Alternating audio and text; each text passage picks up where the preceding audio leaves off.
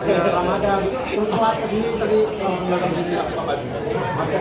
Tidak ada konsep apapun. Ya, tapi ya sampai menyambut Ramadan di tahun 2026 mudah-mudahan semoga lancar berkah Ramadan tahun ini.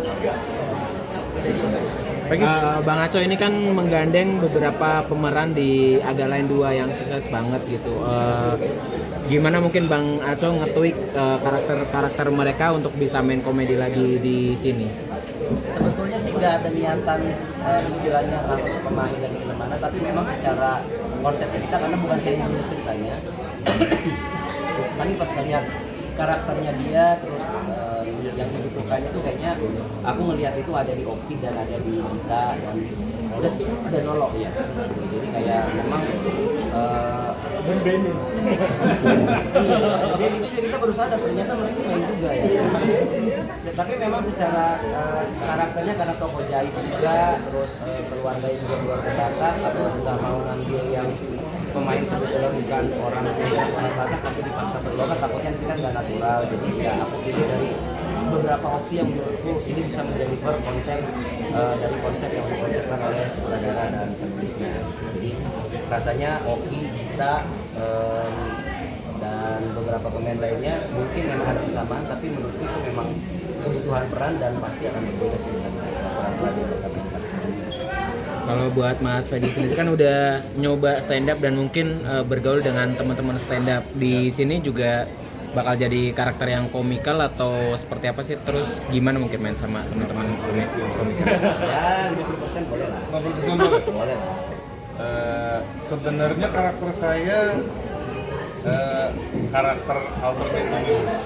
Nah, oke, itu keywordnya ya. Keyword. Itu keyword. Alternate universe. Meta berarti meta.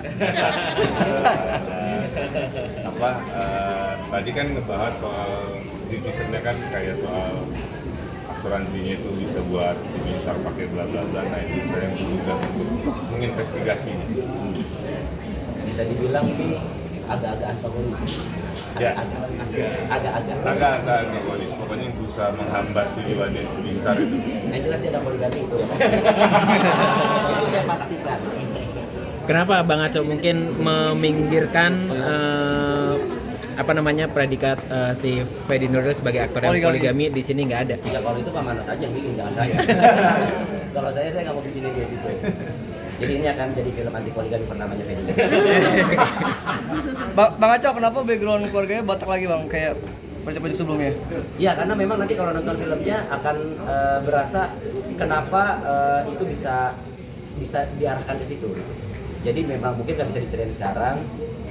Selain itu memang secara visual, secara representasi, somehow Batak tuh sekarang udah menjadi pop culture juga gitu. Jadi menurutku nggak ada salahnya hal yang selama ini jarang diangkat. Jadi kita nggak melulu Jakarta sentris juga kan. Nggak ada salahnya kita bikin keluarga dari latar belakang orang Sumatera gitu. Timur gitu, jadi kayaknya makin bervariasi makin bagus sih supaya nggak orang-orang Jakarta terus lah yang ada di kehidupan film. Oke. Kalau untuk case-nya ini emang yang ternyamannya Bang Aco atau gimana, kan banyak yang udah pernah bareng-bareng lagi? Iya pasti ini adalah case yang karena kan memilih case kan kriterianya dua kan, dari kemampuan sama kecocokan. Nah mereka bisa checklist dua item itu, jadi menurutku ya udah bisa jadi opsi yang paling ideal buat cerita ini. Kak Gita, dikit dong spill, gimana rasanya syuting sama Fedi dan Yosi? Ya seperti aku dipaksa untuk memilih pilih mana gitu. Ternyata ini film poliandri ya? Poliandri ini adalah poliandri pertama MD. Tungguin aja.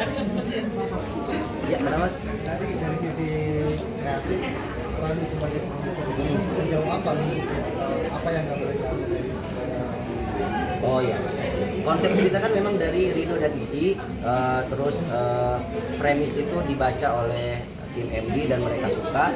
Nah cuman untuk perjalanannya kan kita pasti ada pengembangan, ada adjustment. Nah disitulah aku ikutan dari mulai skripnya juga untuk mendevelop skripnya, untuk intinya mengarahkan skripnya itu untuk bisa mencapai bentuk terbaiknya. Potensi-potensi yang dimiliki dari konsep yang mereka punya itu gimana caranya kita unlock satu-satu untuk bisa memenuhi kriteria sebagai produk yang sudah menemukan bentuk terbaiknya.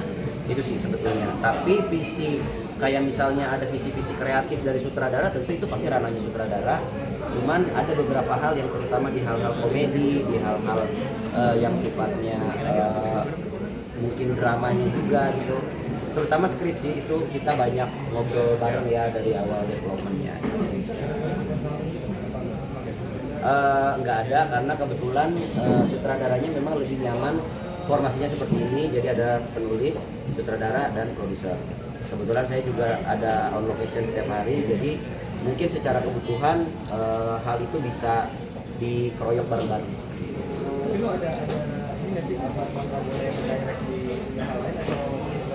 Enggak juga kan di MD nggak direct itu guys, jadi nggak apa-apa. Cuman memang kemarin secara jadwal aku masih ngerjain film yang kemarin tayang, masih post pro. Tiba-tiba temen Isi dan Rido ini, aku tahu mereka punya konsep menurutku menarik gitu. Nah ini sayang kalau misalnya nggak ketemu sama PH yang juga bisa mengeksekusinya dengan baik. Akhirnya kenalin, mereka ngobrol dan ternyata happy.